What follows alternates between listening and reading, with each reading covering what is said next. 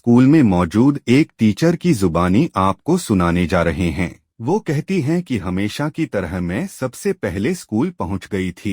मेरे शौहर मुझे छोड़ते हुए स्कूल अपने दफ्तर जाते थे। उनका दफ्तर काफी दूर था, इसलिए वो जल्दी निकलते तो मुझे भी स्कूल छोड़ देते थे। मैं स्टाफ रूम की तरफ जाने लगी ताकि बुर्का उतार सकूं, मगर अचानक ही मेरे पेट में तीव्र दर्द हुआ। दरअसल मेरे खास दिन शुरू होने वाले थे और मैं यह बात भूल गई थी, तो मैंने शुक्र किया कि मेरे बैग में जरूरत का सामान मौजूद था। मैंने जल्दी से बैग निकाला। अभी स्कूल में कोई भी नहीं आया था और टीचर्स वॉशरूम काफी दूर थे, इसलिए मैं बच्चों के वॉशरूम में चली गई। लेकिन स्टूडेंट वॉशरूम में जाकर तो मेरे होश ही उड़ गए। जो मंजर मैंने देखा, मेरी तो चीखें सारे स्कूल में गूंजने लगी। मैं फौरन उल्टे कदम वॉशरूम से बाहर निकली थी। मुझे अब उल्टियां आनी शुरू हो गई थी। इतने में वहां दूसरी टीचर्स आईं। मैंने परेशानी के आलम में इन्हें बताया कि मैं वॉशरूम में क्या मंजर देखकर आई हूँ। वो एकदम हक्की बक्की हो गईं। दूसरी टीचर्स भी हैरान और परेशानी से मुझे देखने लगीं, क्योंकि यह गर्ल्स स्कूल था और इसके वॉशरूम में इस तरह का मामला होना निहायत ही मुश्किल था। प्रिंसिपल फौरन ही खुद वॉशरूम की तरफ बढ़ी और थोड़ी देर बाद ही नाक पर कपड़ा रखकर वापस आ गईं। स्कूल में काम करने वाली मासी आ चुकी थी और प्रिंसिपल साहिबा ने फौरन इन्हें बुलाया और इन्हें कहा कि जाओ अंदर वॉशरूम में और इस बच्ची को उठाकर बाहर लाओ। वो दोनों बड़ी ही मुश्किल से इस बेह बच्ची को लेकर स्टाफ रूम में पहुंच गईं, जो वॉशरूम में बह पड़ी थी और इसका सारा यूनिफॉर्म खून से सना हुआ था। लड़कियों के वॉशरूम को भी ताला लगवा दिया गया था। प्रिंसिपल साहिबा बच्ची को होश दिलाने की कोशिश करने लगी, लेकिन इसका खून बहुत ज्यादा बह चुका था। मेरा ख्याल था कि इस बच्ची को अस्पताल ले जाना चाहिए था, लेकिन प्रिंसिपल साहिबा बहुत ज्यादा खौफ खा रही थीं, क्योंकि यह बात कोई मामूली नहीं थी। पुलिस केस बन सकता था और स्कूल की भी बदनामी होती। सारा मामला प्रिंसिपल साहिबा पर आकर रुकता और हर तरफ का जवाब इन्हें देना पड़ता। फिर इन्होंने अपनी जानने वाली एक लेडी डॉक्टर को फोन करके बुलाया और आकर उसने इस बच्ची का चेकअप किया, तो वो कहने लगी कि इसकी जान को खतरा है, इसे फौरन अस्पताल लेकर जाना चाहिए। मैं खुद 2 बेटियों की माँ थी, इसलिए इस बच्ची की हालत देखकर मेरा दिल कांप रहा था। फिर मैं ही प्रिंसिपल साहिबा के साथ इस बच्ची को लेकर अस्पताल भागी। फिर वो लोग इसे ऑपरेशन थिएटर में ले गए।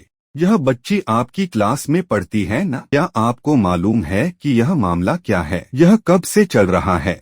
यह एक दिन की बात तो नहीं हो सकती। प्रिंसिपल साहिबा की बात पर मैं खामोश हो गई। कुछ ही देर गुजरी थी कि प्रिंसिपल साहिबा के पास स्कूल से फोन आ गया। सीनियर टीचर्स बता रही थीं कि स्कूल की लड़कियों में यह बात फैल चुकी है और लोग छुपाने के बावजूद भी सरगोशियां कर रहे हैं और वे यही बातें कर रही हैं। अब प्रिंसिपल साहिबा और ज्यादा डर गईं।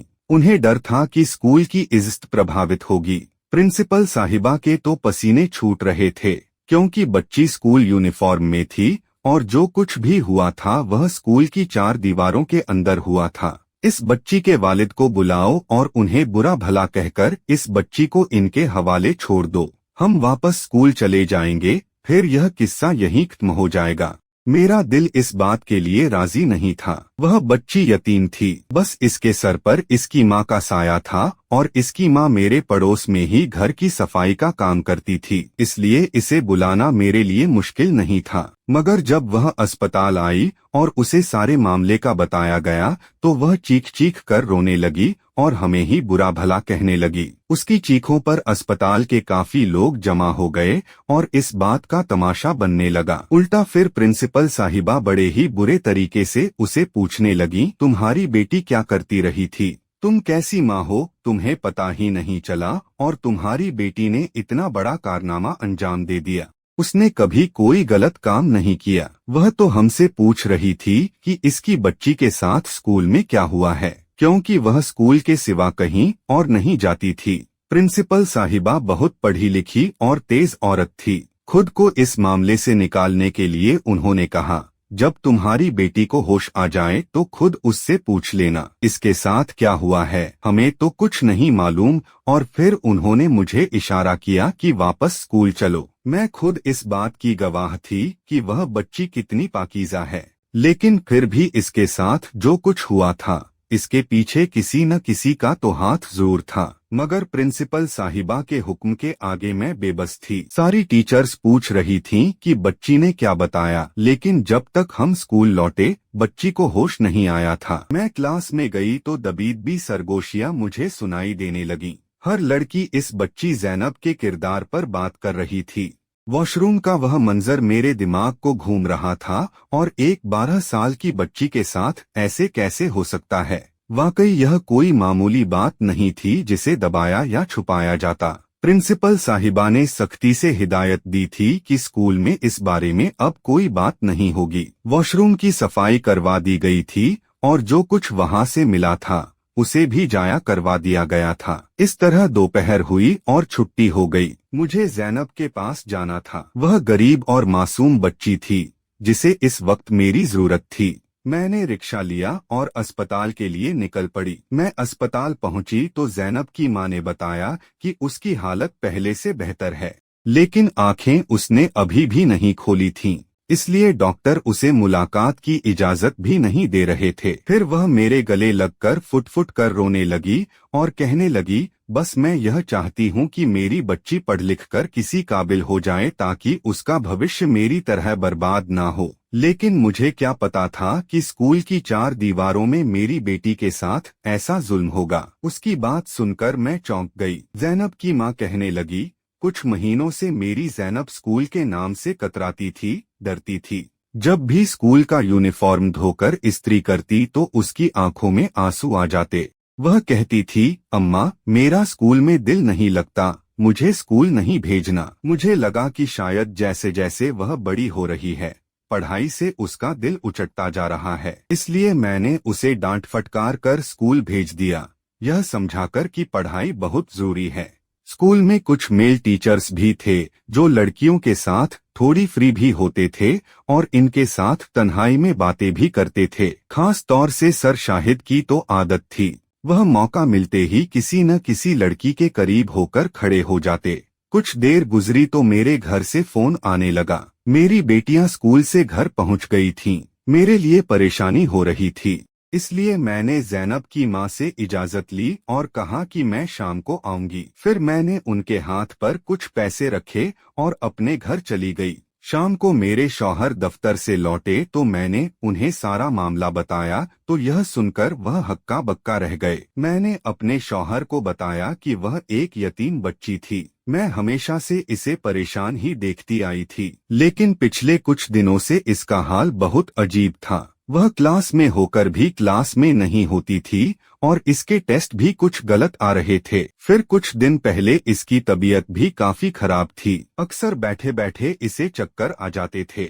वह बेंच पर सर टिकाए रहती थी और मैं यह समझती रही कि घर के हालात की वजह से वह शायद कमजोर और निढाल हो रही है। मेरे सारे काम हो चुके थे। मैंने अपने शौहर से कहा कि मुझे अस्पताल लेकर चलो। वह मुझे अस्पताल ले गए। ज़ैनब को अब होश आ चुका था। मैंने तुरंत इसके पास जाकर इसका हाथ पकड़ा। इसका चेहरा जर्द पड़ चुका था, आंखों से आंसू बह रहे थे। मैंने इसे कहा, ज़ैनब मुझ पर भरोसा करो बेटा और मुझे बताओ कि यह सब कुछ कैसे हुआ और किसने किया। लेकिन बस वह फुट फुट कर रो रही थी और मेरे पूछने पर भी उसने कोई जवाब नहीं दिया। मैं थक हार कर वापस घर लौट आई। मैं चाहती थी कि पुलिस को इस मामले की खबर करूं, लेकिन ज़ैनब की मां इस बात के लिए राजी नहीं थी। उसे लगता था कि ऐसा करने से और बदनामी होगी और प्रिंसिपल साहिबा भी तो इस बात के पक्ष में नहीं थी। मेरे शौहर ने मेरी नीयत जान ली थी। कहने लगे, जो भी करना हो सोच समझ कर करना, क्योंकि सबसे पहले तुमने ही इस लड़की को और इसके बच्चे को देखा था। मेरे शौहर वही टिपिकल सोच रखते थे, खुद को दूसरों के मामले से दूर रखना चाहते थे। अगली सुबह मैं सीधे प्रिंसिपल साहिबा के दफ्तर में पहुंच गई और मैंने उनसे कहा, मैम ज़ैनब वाले केस को इतनी आसानी से खत्म नहीं किया जा सकता। इसकी मां ने तो पुलिस शिकायत नहीं की, लेकिन हमें यह काम करना चाहिए। शायद वह 4 या 5 महीने की थी। अगर ऐसे में वह मर जाती तो कौन जिम्मेदार होता। मैं उसकी मां को पहले ही चुप करवा चुकी हूं और ज़ैनब के इलाज के लिए मैंने खुद पैसे भी भेज दिए हैं। अब आप इस मामले को यहीं खत्म मानिए। कुछ ही दिनों में मेरी हज की फ्लाइट है। अगर मैंने इस मामले पर कोई कदम उठाया और पुलिस कचहरी के चक्कर में फंस गई तो मेरा हज पर जाना भी मुश्किल हो जाएगा। आज क्लास में मौजूद पूरी 60 लड़कियां मेरी इंतजार कर रही थीं और मैं बार बार हर चेहरे को देख रही थी। अगर जैनब आज इस हाल में है तो कल इनमें से कोई और लड़की भी हो सकती है, और बस यही ख्याल मुझे चैन से बैठने नहीं दे रहा था।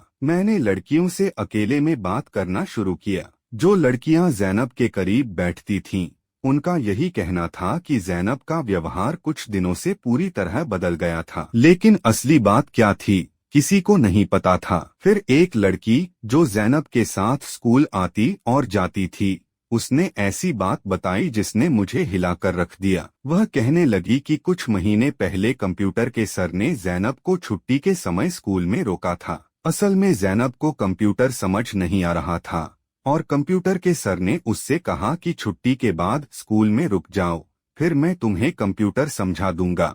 अगर आपको इसे और बेहतर तरीके से प्रस्तुत करना हो तो बताइए। इस दिन वह मेरे साथ घर नहीं गई थी और इस दिन के बाद जैनब का रवैया बदल गया था। मुझे लगा कि शायद सर उसे ज्यादा तवज्जो दे रहे हैं, इसलिए वह घमंडी हो गई है और उसकी नजरों में मेरी कोई हैसियत नहीं रही। यह कहकर वह लड़की बिल्कुल चुप हो गई थी और मेरी तो जैसे जान ही निकल गई थी।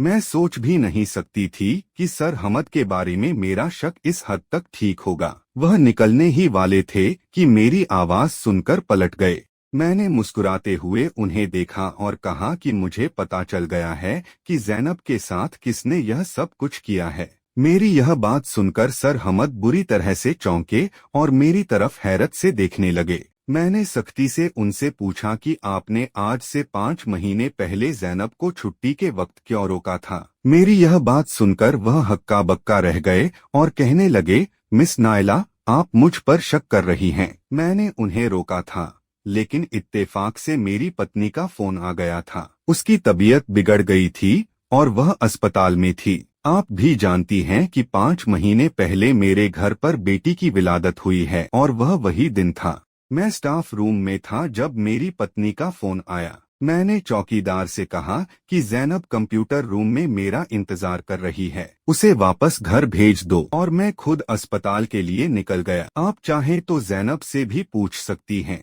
या फिर चौकीदार से भी इस बात की तस्दीक कर सकती हैं। मैं खुद एक बेटी का बाप हूं और मैं किसी भी बच्चे के साथ ऐसी हरकत करने का सोच भी नहीं सकता। वह अफसोस बड़ी नजरों से मुझे देखते हुए चले गए और मैं इनके जाने के बाद सोच में पड़ गई थी कि अगर सर हमद ने भी यह हरकत नहीं की तो फिर किसने की है।